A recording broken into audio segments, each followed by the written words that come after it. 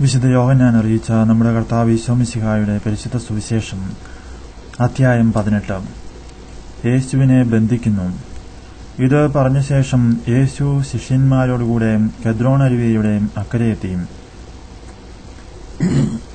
അവിടെ ഒരു തോട്ടമുണ്ടായിരുന്നു. അവനും ശിഷ്യന്മാരും അതിൽ പ്രവേശിച്ചു. അവനെ ഒറ്റിക്കൊടുത്ത യൂദാസിനും ആ സ്ഥലം അറിയാമായിരുന്നു. കാരണം യേശു പലപ്പോഴും ശിഷ്യന്മാരോടുകൂടെ അവിടെ സമ്മേളിക്കാറുണ്ടായിരുന്നു. യൂദാസ് ഒരു ഗണം പടയാളികളെയും പുരോഹിത പ്രമുഖന്മാരുടെയും ഫരിസയരുടെയും അടുക്കൽ നിന്ന് സേവകരെയും കൂട്ടി പന്തങ്ങളും വിളക്കുകളും ആയുധങ്ങളുമായി അവിടെയെത്തി. തനിക്ക് സംഭവിക്കാനിരിക്കുന്നതെല്ലാം അറിഞ്ഞിരുന്ന യേശു മുമ്പോട്ട് വന്ന് അവരോട് ചോദിച്ചു, നിങ്ങൾ ആരെയാണ് അന്വേഷിക്കുന്നത്? അവർ പറഞ്ഞു, നസ്രായനായ യേശുവിനെ. യേശു പറഞ്ഞു, അത് ഞാനാണ്. അവനെ ഒറ്റിക്കൊടുത്ത യൂദാസും അവരോടുകൂടെ ഉണ്ടായിരുന്നു. ഞാനാണ് എന്ന് അവൻ പറഞ്ഞപ്പോൾ അവർ പിൻവലിയുകയും നിലംപതിക്കുകയും ചെയ്തു. അവൻ വീണ്ടും ചോദിച്ചു, നിങ്ങൾ ആരെ അന്വേഷിക്കുന്നു? അവർ പറഞ്ഞു, നസ്രായനായ യേശുവിനെ. യേശു പ്രതിവചിച്ചു, ഞാനാണ് എന്ന് നിങ്ങളോട് പറഞ്ഞുവല്ലോ. നിങ്ങൾ എന്നെയാണ് അന്വേഷിക്കുന്നതെങ്കിൽ ഇവർ പൊയ്ക്കൊള്ളട്ടെ. നീ എനിക്ക് തന്നവരിൽ ആരെയും ഞാൻ നഷ്ടപ്പെടുത്തിയില്ല എന്ന് അവൻ പറഞ്ഞ വചനം പൂർത്തിയാകുവാൻ വേണ്ടിയായിരുന്നു ഇത്. ശിമയോൻ പത്രോസ് വാളൂരി പ്രധാന പുരോഹിതന്റെ ഭൃത്യനെ വെട്ടി അവന്റെ വലത്തു ചെവി ഛേദിച്ചു കളഞ്ഞു. ആ ഭൃത്യന്റെ പേര് മൽക്കോസ് എന്നായിരുന്നു. യേശു പത്രോസിനോട് പറഞ്ഞു, വാളുറയിലിടുക. പിതാവ് എനിക്ക് നൽകിയ പാനപാത്രം ഞാൻ കുടിക്കണ്ടയോ? പ്രധാന പുരോഹിതന്റെ മുമ്പിൽ. അപ്പോൾ പടയാളികളും അവരുടെ അധിപനും യഹൂദരുടെ സേവകരും കൂടി യേശുവിനെ പിടിച്ച് ബന്ധിച്ചു. അവർ അവനെ ആദ്യം അന്നാസിന്റെ അടുക്കലേക്ക് കൊണ്ടുപോയി. കാരണം അവൻ ആ വർഷത്തെ പ്രധാന പുരോഹിതനായ കയ്യാഫാസിന്റെ അമ്മായിയപ്പനായിരുന്നു. ജനങ്ങൾക്കു വേണ്ടി ഒരാൾ മരിക്കുന്നത് യുക്തമാണെന്ന് യഹൂദരെ ഉപദേശിച്ചത് കയ്യാഫാസാണ്. പത്രോസ് തള്ളിപ്പറയുന്നു. ശിമയോൻ പത്രോസും മറ്റൊരു ശിഷ്യനും യേശുവിനെ അനുഗമിച്ചിരുന്നു. ആ ശിഷ്യനെ പ്രധാനാചാര്യന് പരിചയമുണ്ടായിരുന്നതിനാൽ അവൻ യേശുവിനോടുകൂടെ പ്രധാന പുരോഹിതന്റെ കൊട്ടാരമുറ്റത്ത് പ്രവേശിച്ചു. പത്രോസ് ആകട്ടെ പുറത്ത് വാതിൽക്കൽ നിന്നു. അതിനാൽ പ്രധാന പുരോഹിതന്റെ പരിചയക്കാരനായ മറ്റേ ശിഷ്യൻ പുറത്തു ചെന്ന് വാതിൽ കാവൽക്കാരിയോട് സംസാരിച്ച് പത്രോസിനെയും അകത്ത് പ്രവേശിപ്പിച്ചു. അപ്പോൾ ആ പരിചാരിക പത്രോസിനോട് ചോദിച്ചു, നീയും ഈ മനുഷ്യന്റെ ശിഷ്യന്മാരിൽ ഒരുവനല്ലേ? അല്ല എന്ന് അവൻ പറഞ്ഞു. തണുപ്പായിരുന്നതിനാൽ ഭൃത്യരും സേവകരും തീ കായുകയായിരുന്നു. പത്രോസും അവരോടൊപ്പം തീ കാഞ്ഞുകൊണ്ടിരുന്നു. പ്രധാന പുരോഹിതൻ ചോദ്യം ചെയ്യുന്നു. പ്രധാന പുരോഹിതൻ യേശുവിനെ അവന്റെ ശിഷ്യരെയും പ്രബോധനത്തെയും കുറിച്ച് ചോദ്യം ചെയ്തു. യേശു മറുപടി പറഞ്ഞു, ഞാൻ പരസ്യമായിട്ടാണ് ലോകത്തോട് സംസാരിച്ചത്.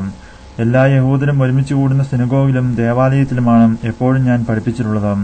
രഹസ്യമായി ഞാനൊന്നും സംസാരിച്ചിട്ടില്ല. എന്നോട് ചോദിക്കുന്നത് എന്തിന്? ഞാൻ പറഞ്ഞത് എന്താണെന്ന് അത് കേട്ടവരോട് ചോദിക്കുക. ഞാൻ എന്താണ് പറഞ്ഞതെന്ന് അവർക്കറിയാം. അവനിത് പറഞ്ഞപ്പോൾ അടുത്തു നിന്നിരുന്ന സേവകന്മാരിൽ ഒരുവൻ, എങ്ങനെയാണോ പ്രധാന പുരോഹിതനോട് മറുപടി പറയുന്നത് എന്ന് ചോദിച്ചുകൊണ്ട് യേശുവിനെ അടിച്ചു. യേശു അവനോട് പറഞ്ഞു, ഞാൻ പറഞ്ഞത് തെറ്റാണെങ്കിൽ നീ അത് തെളിയിക്കുക. ശരിയാണ് പറഞ്ഞതെങ്കിൽ എന്തിനു നീ എന്നെ അടിക്കുന്നു? അപ്പോൾ അന്നാസ് യേശുവിനെ ബന്ധിച്ച് കയ്യാഫാസിന്റെ അടുക്കലേക്ക് അയച്ചു. പത്രോസ് വീണ്ടും തള്ളി പറയുന്നു. ശിമയോൻ പത്രോസ് തീ കാഞ്ഞുകൊണ്ട് നിൽക്കുകയായിരുന്നു. അപ്പോൾ അവർ അവനോട് ചോദിച്ചു, നീയും അവന്റെ ശിഷ്യന്മാരിൽ ഒരുവനല്ലേ?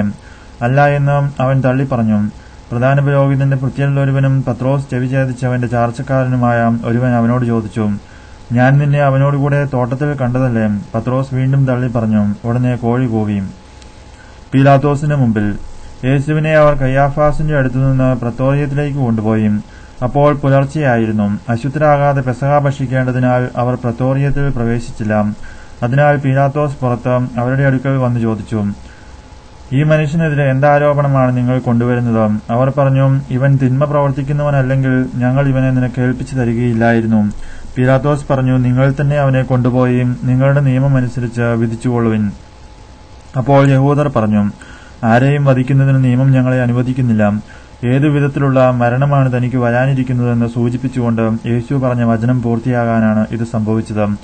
പീലാത്തോസ് വീണ്ടും പ്രത്തോറിയത്തിൽ പ്രവേശിച്ച് യേശുവിനെ വിളിച്ച് അവനോട് ചോദിച്ചു, നീ യഹൂദരുടെ രാജാവാണോ? യേശു പ്രതിവചിച്ചു, നീ ഇത് സ്വയമേവ പറയുന്നതോ അതോ മറ്റുള്ളവർ എന്നെപ്പറ്റി നിന്നോട് പറഞ്ഞതോ? പീലാത്തോസ് പറഞ്ഞു, ഞാൻ യഹൂദനല്ലല്ലോ. നിന്റെ ജനങ്ങളും പുരോഹിത പ്രമുഖന്മാരുമാണ് നിന്നെ എനിക്ക് ഏൽപ്പിച്ചു തന്നത്. നീ എന്താണ് ചെയ്തത്? യേശു പറഞ്ഞു, എന്റെ രാജ്യം ഐഹികമല്ല. ആയിരുന്നെങ്കിൽ ഞാൻ യഹൂദർ കേൾപ്പിക്കപ്പെടാതിരിക്കുവാൻ എന്റെ സേവകർ പോരാടുമായിരുന്നു. എന്നാൽ എന്റെ രാജ്യം ഐഹികമല്ല.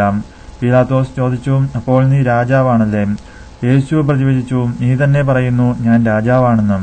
ഇതിനുവേണ്ടിയാണ് ഞാൻ ജനിച്ചതും ഇതിനുവേണ്ടിയാണ് ഞാൻ ഈ ലോകത്തിലേക്ക് വന്നതും സത്യത്തിന് സാക്ഷ്യം നൽകാൻ. സത്യത്തിൽ നിന്നുള്ളവൻ എന്റെ സ്വരം കേൾക്കുന്നു. പീലാത്തോസ് അവനോട് ചോദിച്ചു, എന്താണ് സത്യം? മരണത്തിന് വിധിക്കപ്പെടുന്നു. ഇത് ചോദിച്ചിട്ട് അവൻ വീണ്ടും യഹൂദരുടെ അടുത്തേക്ക് ചെന്ന് അവരോട് പറഞ്ഞു, അവനിൽ ഒരു കുറ്റവും ഞാൻ കാണുന്നില്ല. എന്നാൽ പെസഹാ ദിവസം ഞാൻ നിങ്ങൾക്കൊരുവനെ സ്വതന്ത്രനായി വിട്ടുതരുന്ന പതിവുണ്ടല്ലോ. അതിനാൽ യഹൂദരുടെ രാജാവിനെ ഞാൻ നിങ്ങൾക്ക് വിട്ടുതരട്ടെയോ? ഈ മനുഷ്യനെയല്ല, ബറാബാസിനെ എന്ന് അവർ ഉച്ചത്തിൽ വിളിച്ചു പറഞ്ഞു. ബറാബാസ് കൊള്ളക്കാരനായിരുന്നു. നമ്മുടെ കർത്താവായ മിശിഹായ്ക്ക് സ്തുതി.